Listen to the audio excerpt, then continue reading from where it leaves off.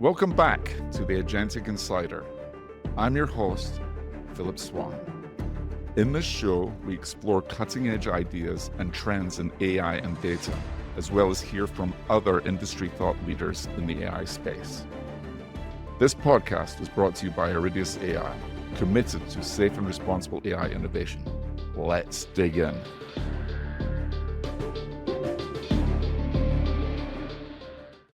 Welcome to this week's edition of the Agentic Insider. Joining Alistair and I is a person who has really been focused on industrial automation, has been focused as an AI thought leader in intelligent automation, as a two-time top 25 thought leader, and as a member of Forbes Technology Council and ambassador for Gartner's peer community. No, that's a little bit of a mouthful. I'm actually a member of that myself, and I should be able to say that.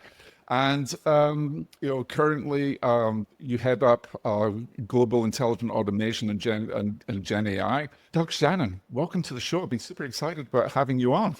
Yeah, it's exciting to be here. Thank you both for having me on, and I think we'll have a pretty great conversation. Awesome. So, Doug, we ask this question of all of our guests, and that is, what future are you solving for? I think the main future that's always been top of my mind, and it kind of goes along with what people ask me. They're like, why do you do stuff on LinkedIn? Why do you do what you do? What's your why? And that future and that why is, a lot of us have kids or children. I have two, and a lot of things I do for them, but I do it for everyone else as well. So I take a very educational, knowledge sharing approach, being an enterprise practitioner and not just a researcher and not just somebody that's just focusing on one thing, very much a jack of all trades and had many different jobs under the sun. It's a matter of, it kind of goes back to that human dilemma of what are we here for? And I think we're here to learn. I think we're here to learn and teach and grow. And if we can make lives better, I know when I first started automation, even when starting my IT career back 20 something plus years ago, having mentors is hard to find sometimes. And my why is kind of just giving back. Like if I can give back, if I can make a difference, that difference can open doors for myself. It can open doors for others. And as we, the point of social media is to have a community.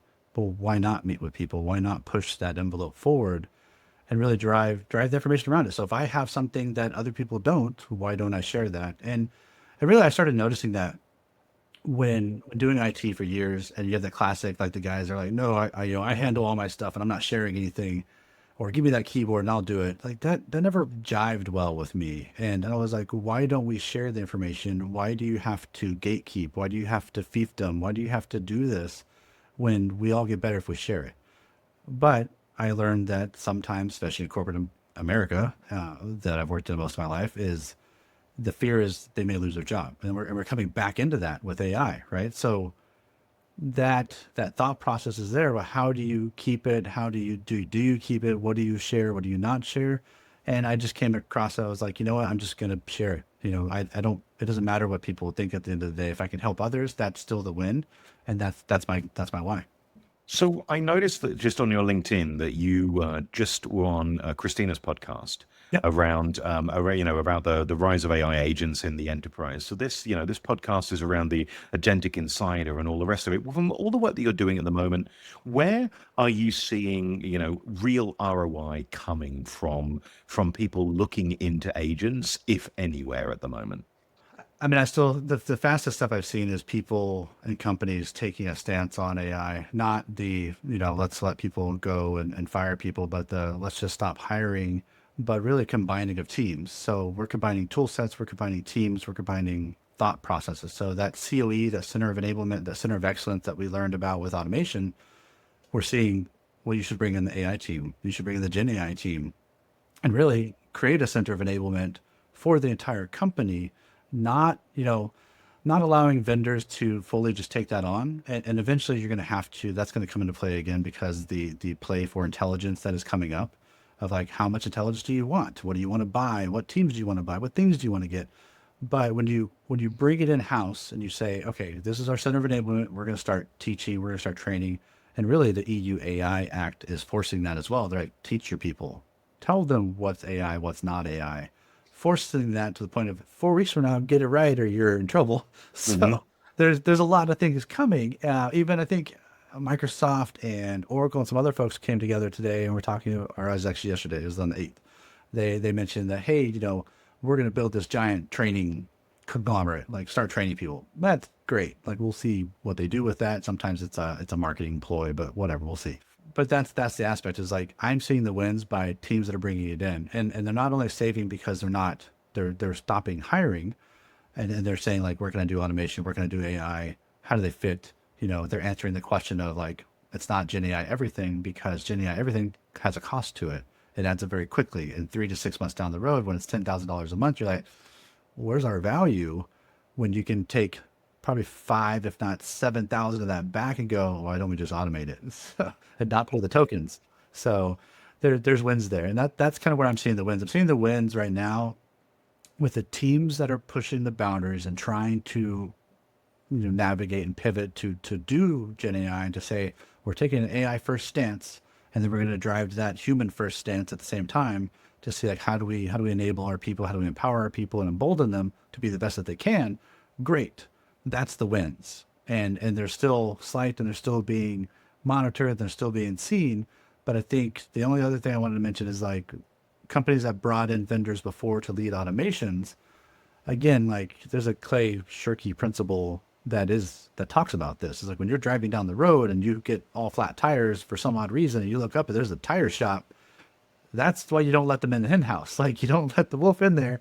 It's gonna eat away at your bottom line. It's gonna eat away your ROI, and then there is no value. And so this is why there's such a vast range of companies going, oh, AI is malarkey, or it's not good, or it's great, it does all this cool stuff. Well, you also got to look at what company is saying that. Are they a private company? Are they a public company? If they're public, they have stakeholders, they have stock, they have to keep up. They may lie. Understand that. That's just a fact.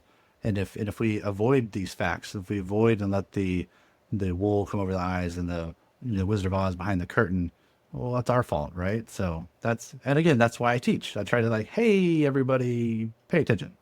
And I know that when we're touching on the education side of this, but when we've talked before, there's a level of, if you want to be able to help your workforce become better with AI, it's not just about improving their ability to understand the current state of technology and how to prompt and use it better.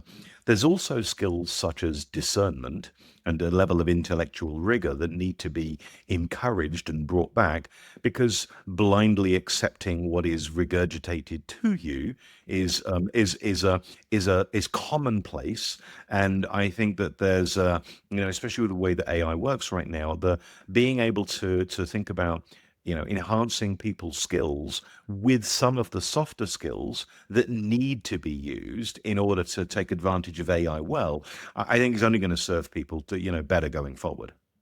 It will, and a lot of people still talk about like prompt engineering and whatnot, and sure, there's some stuff there, like give it a role, give it a thing, but like at the same time, with chain of thought, you don't have to worry about it really. You can ask whatever question you want, but at the same time, when you ask that, maybe ask like, this is the question I want to ask. What am I not asking that would help to get a better answer?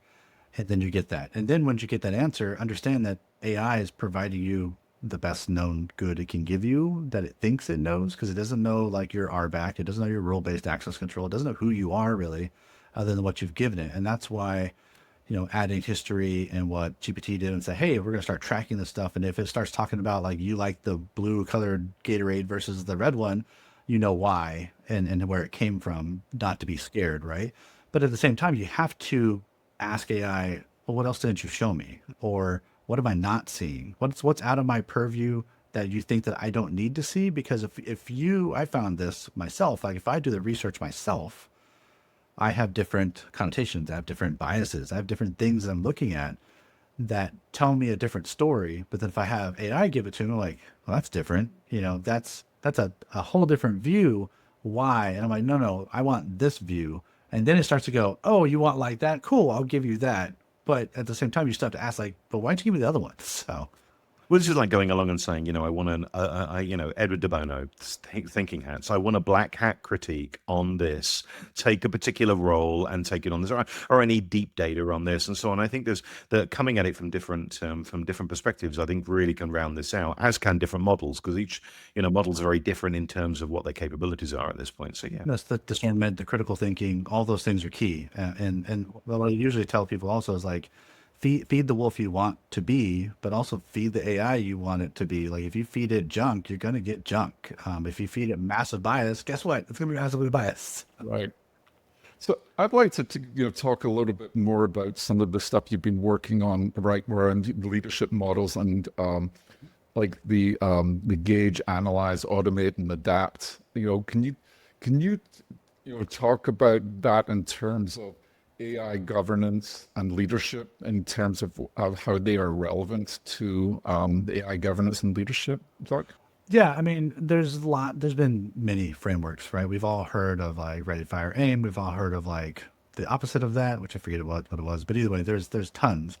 But I took an automation stance with it because, when you gauge, like you always have to start somewhere. Like you're either, looking at what the surrounding area looks like, you're looking at what your OKRs are going to need to be, you're looking at the market around you, taking a SWOT analysis, however you look at that work around you, like strengths and weaknesses and targets and whatnot, you have to gauge. And I use gauge because it's not targeting, because if you target, you're gonna miss. Like when nobody has all the answers. It's the same reason why I say don't hire a CAIO to be a chief of staff in your C-suite. You can hire someone as a fractional CAIO. You can hire 3 for the price of 1 and go through like a company or go through a enterprise understanding of like Bain and Company or something like that, or some of the other companies out there. Like they have the ability to do this, and you may want that nuanced view versus just somebody that sits there and goes, well, Nokia was good. It was the top of the line phone for a long time. Did they change? No. Are they around anymore? Not really. Same thing with Kodak and everybody else's example that they give. So to gauge is to understand the measure, and the measure should never be the target. And again, like to reference Goodhart's law, right? Like there's tried and true methods around these things. That's what I try to teach about. Is like Goodhart's law says, like any good measure is only as good as long as it doesn't become a target. Because as soon as it becomes a target, it's no longer a measure. Great, don't do that, right? So gauge is there, and then it's analyze, and then it's automate, and then it's like adapt, right? So when you gauge something, you have to analyze it, and you have to analyze it because you don't know exactly what you're messing with. There's a lot of unknown factors there. So if you don't look at it, if you're not, gaining, like again, like the other method I use is like the ACT model, which is like alignment, clarity, and transparency. So if you can't align on that analysis and you can't build clarity around it, your gauge is definitely going to be wrong because you're never going to be able to measure it. And that transparency side, you're never going to be able to see what you're going to get out of it. So, analyze it, and then you can automate it. But again, sometimes when you analyze something, you go, wow, we actually just need to get this through because we're bleeding money, we're bleeding process, put a tourniquet on it. Okay. Sometimes that tourniquet is an automation, or sometimes the tourniquet is also a Gen AI automation. So automation is actually going to be a synopsis term for anything, which is why I say those groups should all come into one COE, and automation should just be automation. I don't care really what you use, but there are tried and true methods for good automations and bad, or they're tried and true methods for money saved, money out, and how to engage. AI, traditional AI lost years of functionality because they never married it to automation, taking the data that they needed, putting it there in a triggered way to always have that good known good data, building an AI factory, building that analytics around the information, and putting it out there in front of the customer. It never got that far because every 3 to 6 months, that data would always change and they couldn't keep up with it, and then had to rewrite the book again. So analyze, automate, and then adapt is, don't shoot until you see the whites of their eyes, right? Like the classic American history there. All right. So double clicking into that one a little bit, how does ACT in particular help organizations balance automation with human oversight or human in the loop? So the ACT model balances it because it answers the human questions. And then on the human side, again, like we could, same thing with like a podcast, same thing with like the people watching this. It's a matter of like when you align on something, you say alignment, clarity, transparency. So you take the alignment side of this and you say like, hey, this is what we're going to go for. We're going to go to a podcast. It's going to be on this day at this time, you know, or we're put on your calendar. Great. Well, the clarity is like, did it show up on the calendar? Did you have a reminder? Were we able to communicate beforehand? You know, what does it look like? All the different aspects of that. But then the transparency is like we show up, we answer the questions, we do it in a format that, you know, is your podcast. And then the users and the people that are reading and listening are aligning, and clarity is there because it's the same kind of format. They're used to a kind of standard. They're used to a style. That transparency is like the same thing I do with like being authentic and coming up on podcasts and coming on stages and all over the world and saying like, here's what we're talking about. Here's why. You know, I'm not just a script junkie behind the screens, like just putting out posts every day for my own benefit. No, like it's a matter of like showing up, being authentic, and having that integrity to be in the forefront. But what that does, the ACT model, what I've seen and the reason why I use it for everything, again, even my children, I say, hey, we're going to align on going and get an ice cream. The clarity is like, well, what kind of ice cream do you want to get? Maybe we don't want to go to Cold Stone. We want to go to 31 flavors Baskin Robbins. I don't know unless we gain clarity there. And the transparency is like, hey, we showed up, dad did it, and we got there. And then everybody's like, oh, we now gain trust in this person because they showed up, they got it done, and they aligned with us. So we had agency in the conversation just because like the alignment doesn't give humans agency. The alignment's like, let's go do a thing. The clarity gives people agency, and the transparency builds the trust of, did you do it? That's great, but it kind of dovetails into the, you know, where I wanted to go with some of the questioning, you know, around the current state of AI and enterprise transformation. You speak a lot about the autonomous enterprise, right? Yeah. So paint us a picture of what this looks like in practice. What does a truly autonomous enterprise accomplish that traditional organizations can't? I was just gonna make a joke that you said I speak a lot, so I do speak a lot. Yeah. But in general, the autonomous enterprise is 100% where I think these are going, and the reason why is because Agentic is on the right path. It's a step in the right direction. It was needed because LLMs needed agency. It needed to take actions, and it couldn't. And so now it can. It has agents. Some of those agents are not best, but either way, Agentic has moved to the point where not just handling of tasks, but like the agentic AI agents, sometimes we interswap them because there's so much hype in the space. Now agents can take on goals, and those goals matter because as a human, I'm like, hey, I have a goal, I have a KPI, I have a thing I need to do. Now having the ability for those agents to take on tasks or multi-agent systems like mass systems or multi-agent frameworks, being able to take that goal, kick it off to a different agent to go like grab a report, and then another agent to go grab like what's the stuff in the news, and another agent to goes and says, okay, take the other two, have them filter it to this reporting layer, and then go build that report, and then bring that back to me in the way that I want to receive the data, which handles the goal. So that's how multi-agency and multi-agent systems are working. Now, when you look at the future of that, because I mean, the market's only just now finally getting to multi-agent systems. 90% of the market's still like agentic, and you're like, yay. And then that's where everybody's like, why are we lost? This doesn't make sense. It only does so much. We got to build tool sets. What's this MCP stuff that we obviously can't trust with enterprise, but we love it anyway. And all the developers love it, but the rest of us are like, it's kind of sketch. So when you look at the multi-agent system side, the first thing people are going to build are human in the loop activities. And why, right? You need human in the loop activities because AI is still not that good yet. So we need context, and who provides the context? Well, the humans provide the context. The humans provide all the data anyway that this stuff is built on, and the neural networks are built to mimic our own. So how do we handle that? And that's where we say, okay, from the future of that, the only way to really build out is like human in the loop, and then you start to do human on the loop, where humans are just responsible for the actions being taken, yet at the same time, they're more trusted. But how do we get to that trust layer again? It's not just the ACT model. That's right. I mean, everything we talk about at Iridius is about trust. It's a foundational on trust.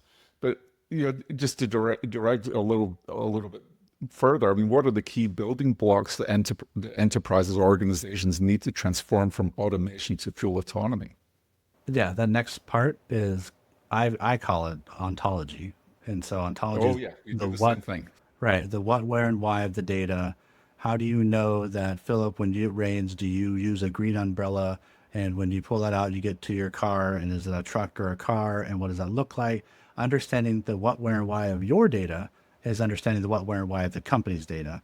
And this is something that even it's out there. People are talking about it. Sometimes you hear other versions of something like this called like knowledge graphs on the AI side and data scientist side. Knowledge graphs have notoriously never worked really well because, again, the data changes. This is why AI didn't really go very far until Gen AI came along, because the nuance was able to drive it forward. So when you look at it, the ontology of understanding your own data, and really not just your data, it goes to your company's data, and it goes into like the verticals you play in. So when you're in this vertical, be it manufacturing or cars or whatever, you want those words. So if you're in business, it's like, what do they do? What's the capex? What's the different words that are being used? Even the crazy words like synergy all the time, right? So when you have all these this word salad that gets put together, those words have meaning, and at the same time, when you understand those words, then your processes and the AI that's involved in those processes has better understanding of your data, because your data, nobody's data really is filtered. Nobody's very like categorized at this point. That's where they need to get to. Microsoft's been complaining about that for years, ever since the beginning of this, like filter your data, categorize it, and you're not doing that. Well, now we got to figure out a way to do that. Well, literally 3 to 6 months ago, Satya from Microsoft was in the United Kingdom and literally like did a little blurb real quick of, hey, we're capturing everybody's ontology. And it was like, what was that? And he was like, yeah, and we're going to sell it back to you on the enterprise side. That's how we're going to fix this. And I was like, whoa, hold on. I was like, what are you doing? And why are you capturing this? And I was like, that makes a lot of sense onto what I'd been talking about previously to that. And I was like, so you're doing it. But then once I really hit that ontology side, the next step is the taxonomy. Where does it touch? So not only what are the words being used, where are they touching? So when you have, again, like Philip, for your example, if you're doing these things, well, where did you go in the car? And then how did you get access to that building? How did you log into that system? Is that a normal behavior? And do we have that tied in to know, is that normal behavior? Are there parameters around that? Can we kind of gauge and go, is that normal or not? And if it's not, what do we call foul, right? So this is how trust becomes that layer, because once you understand these aspects, things become easier. Once you understand these behaviors, things become more clear. It's like the back in the day when we wanted to track assets inside of companies, like what's your laptops, what's the phones, where is it at? You have to track that because there's money associated with that. You're spending money every year, every 3 years of updating your systems and your laptops. How do you track that? And if that's important, guess what? Tracking the words is going to be just as important. And that's really where this all starts. And it goes a little deeper in some other areas, but we could talk about that too. But that's the gist. So when you've got big multi-agent systems happening with millions of agents, Philip and I were talking to somebody the other day. We bring this up a lot. There's a gentleman who's looking after AI for a bank, 15 million accounts, three agents per account. Suddenly you're into the millions and millions of these things. How do you think about ensuring and keeping compliant with regulations from around the world? Okay, it could be high regulated industries are going to have a lot more on them, whether it's pharma or whether it's medical or, or health and life sciences. Okay, and how do you think about ensuring that the AI that you build, agents and solutions, is compliant with all of the myriad regulations that exist around AI, as well as the statutory ones that exist anyway? So I don't think anybody has an answer, but I do have a slight answer. So something else I've been working on and I've kind of figured it out before I worked on the autonomous enterprise, was the Magi system in a framework that I built. And that's a multi-agent general intelligence framework because of my background in QA, right? So background quality assurance, how do you vet your data? How do you make sure it stays? And the issue with Gen AI is you don't ask the same thing 5 times and all of a sudden Gen AI jumps the shark and goes like, I'm going to pull something from history because I think you want something different. Let's just throw it out there. And you're like, whoa, where did this come from? Like, this is not emergent behavior, but it kind of is, but it's also like not looking at it. So then how do you trust the data that's coming out? How do you trust what it's doing? And so the Magi system that I wrote about, and I would love to talk to some of the large foundational model companies and say, if you're going for AGI, you 100% need something like what I'm going to talk about now. And I haven't really talked about this on the podcast yet. So, hey, you guys are the first. So you ask insightful technical questions. So the idea behind it is, how do you manage exactly what you're saying, Alistair, is you have to have almost agents or expert agents that are monitoring the other agents. So especially when you have high risk, high demand, high priority things coming through. And again, and the reason why we need something like this, because we have chain of thought, right? Which is like, we can ask it questions and it can help us answer the questions and help us prompt and stuff like that. We have chain of custody, which we gain from Perplexity, saying, hey, I'm gonna ask a question. Show me where that question, like, where did you go to get that? So I can go follow the things. So it's better than Wikipedia. I can actually trust it more because I can go follow the trail. Great. What we don't have is chain of reasoning. We don't have a way to reason with this. We don't have a way to know, like, why did you think that? Why did you think that I wanted pink flowers versus red flowers versus blue flowers? Why? And so since we don't have that, what we need is a Magi system. The Magi system, the way it works is, you take these expert agents that have been trained on those narratives, on those goals, on those understandings that you need to verify, that you need to QA, that you need to push forward, that are highly strict, highly regulated. It can change over time, so you need to be able to update these things. Well, if you have 3 of these expert agents that help you to monitor your existing agent pool, whether or not they're multi-agents or you're just doing tasks or you're doing swarms and whatever you want to do. But if you have these agents that can monitor this and do that with you, like in a dashboardy kind of way, each agent plays a role and each of those expert agents performs like a human, and it's the id, ego, and superego. And that's the easiest way to understand it, because that is how we as humans show up.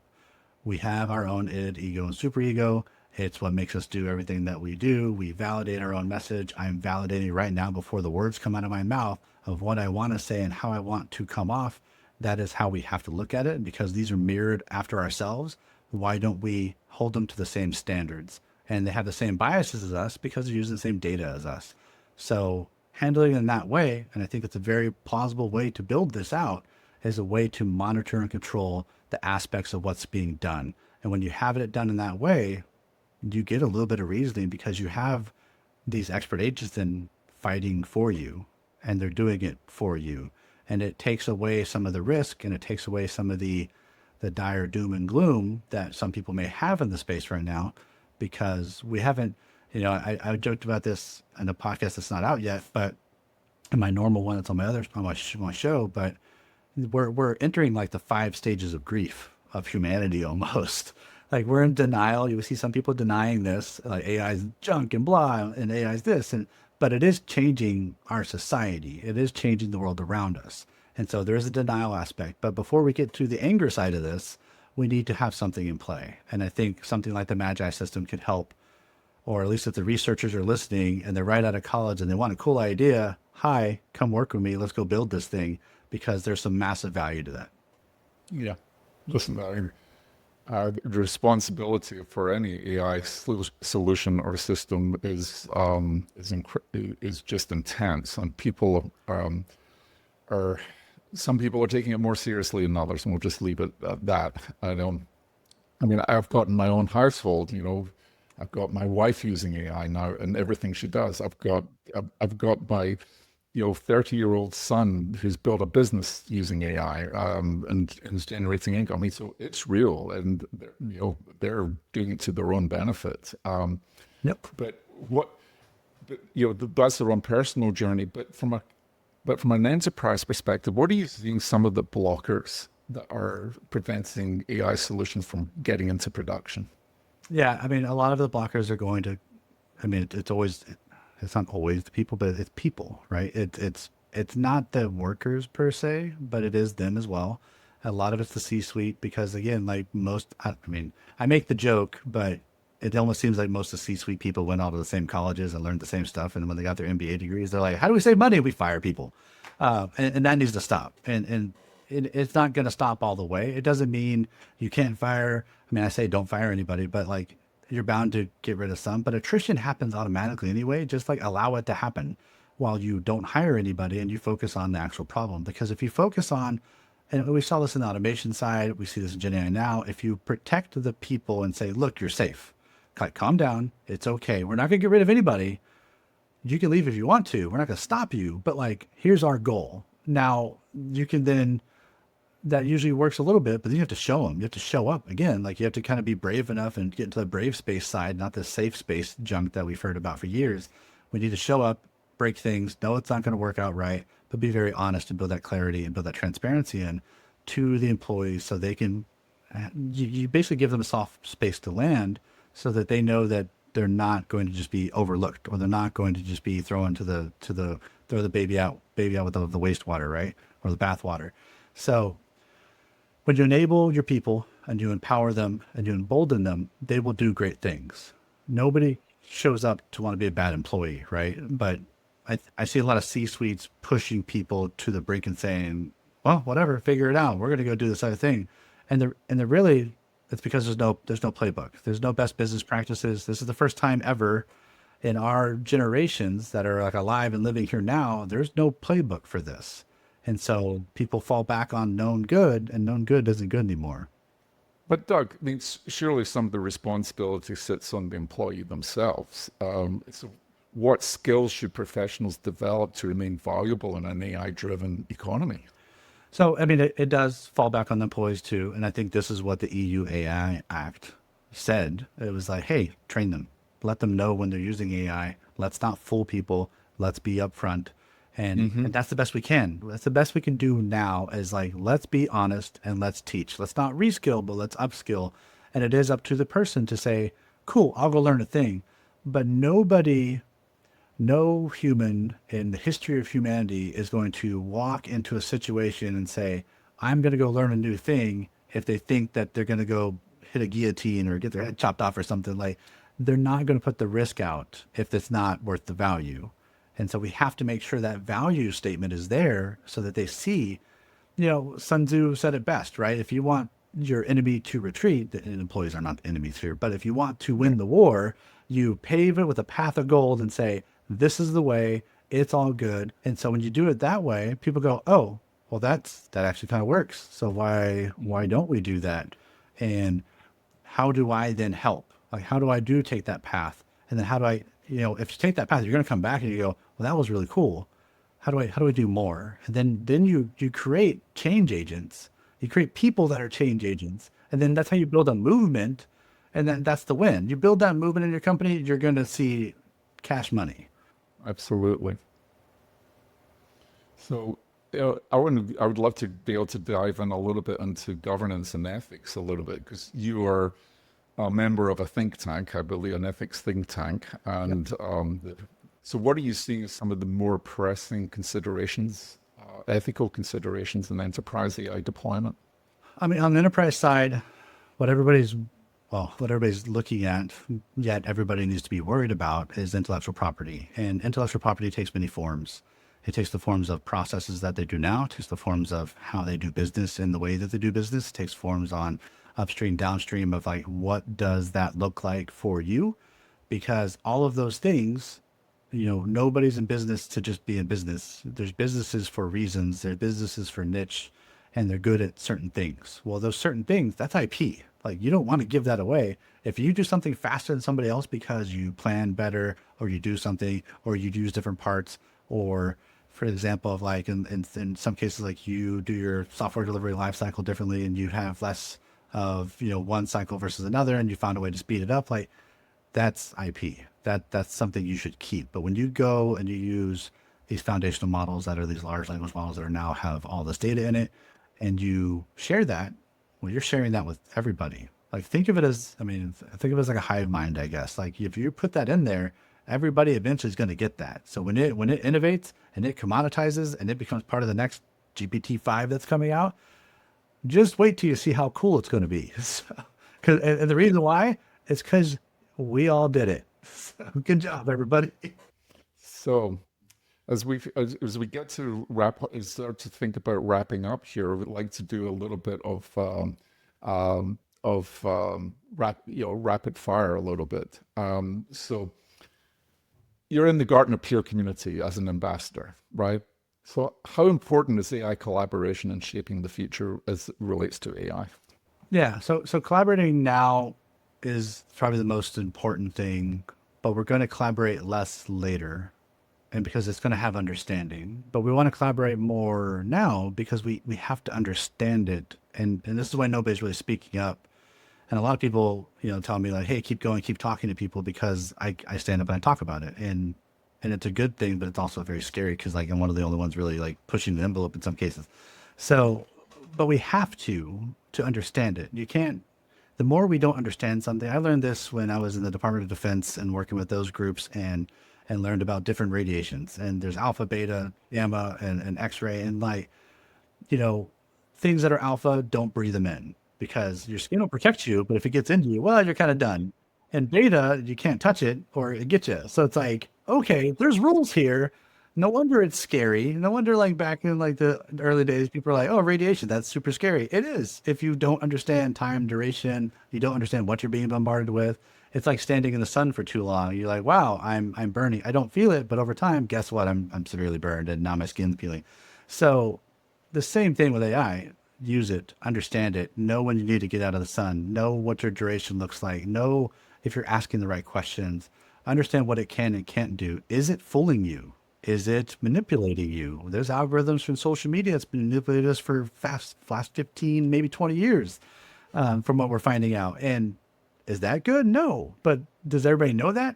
No. So the hope is that we learn and we dive in to use it, because if you don't use it, you don't really have a voice. And if you haven't used it, you don't really know what you're up against. And you can watch the movies like Her, and you can watch other movies that are out there and all the sci-fi movies that are coming out right now. And half of them look like, oh my God, that's going to happen. And half of them look like, that's crazy.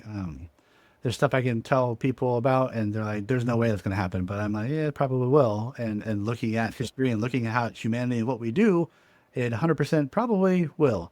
Now, when? Nobody knows. But there's all the risks there with it. So yes, collaborative, have to do it up front. We need to talk about it more. More people should be talking about it. We need better understanding.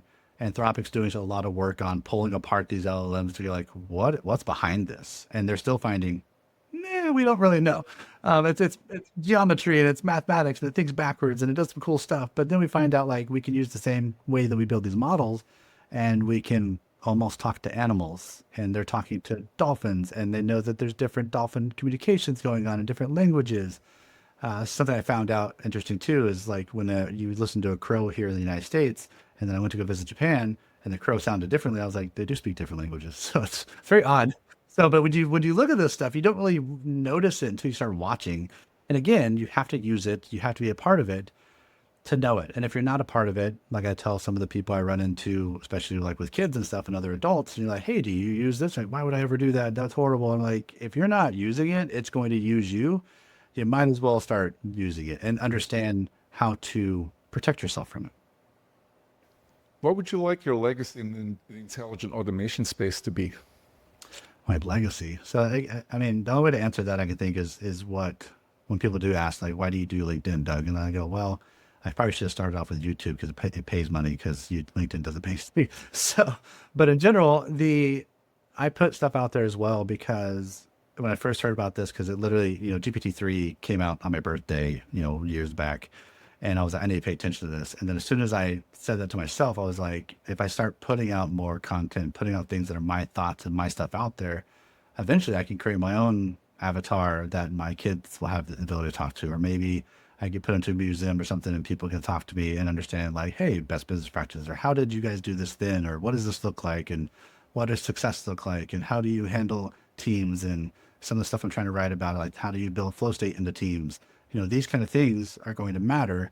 And we've seen already in our own history and in my own time of working, people and thoughts and processes and philosophical understandings and project management understandings, they get lost. And people don't even realize that there's rules and there's things that have already been defined and already done.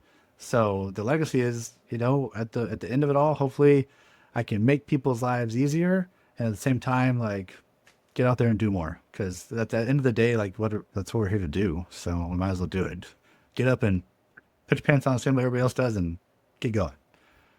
I can tell from your back, from your back wall that you're a sci-fi buff like I am, and but I do want to ask you one last question, which is, what do you like to do for fun? For fun, I used to play video games, and then I found out I don't have time for them anymore. And my friends kind of hate me for it. They're like, no, you're never online. I'm like, I hear that. yeah, I can't even get online. But and then, you know, sometimes the games, if they're quick, I'm like, yes, I can do it for 5-10 minutes. Yeah, I'm in. And then like boo, I'm out. So on the weekends, I don't post anything. I try not to be on LinkedIn at all. And I spend time with the kids because, again, like even in my home life, even with business, it's about being present. It's about being there with them in the moments.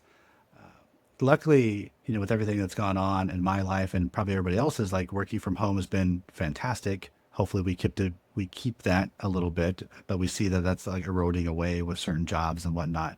But I always, heard the same stuff like, oh, kids grow up so fast. They do. They 100% do. Yet when you work from home and you see them all the time, they don't grow up as fast, which is actually pretty cool, but you still want to be present with them.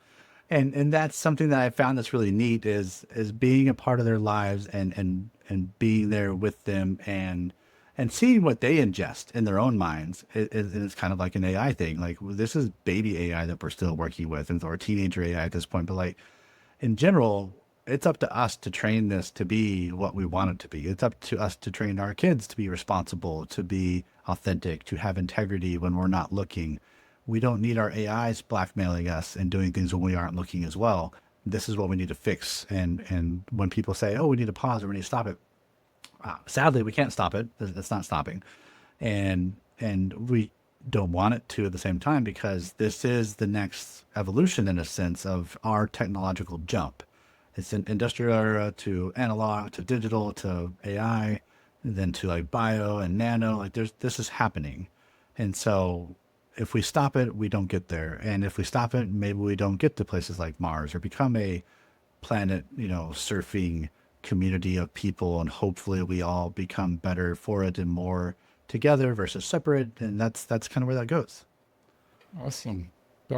Doug Shannon, thank you so much for being an amazing guest with us today. And thank you so much for sharing your wisdom and knowledge with our audience and with us ourselves. I learned a lot. That's good to hear. Yeah, that was awesome. So again, thank you. And we will look forward to our next discussions. That's a wrap on this week's episode of the Agentic Insider. Thank you for listening. For show notes and more, please visit agenticinsider.show. To learn more about Iridius, visit iridius.ai. We'll see you next time.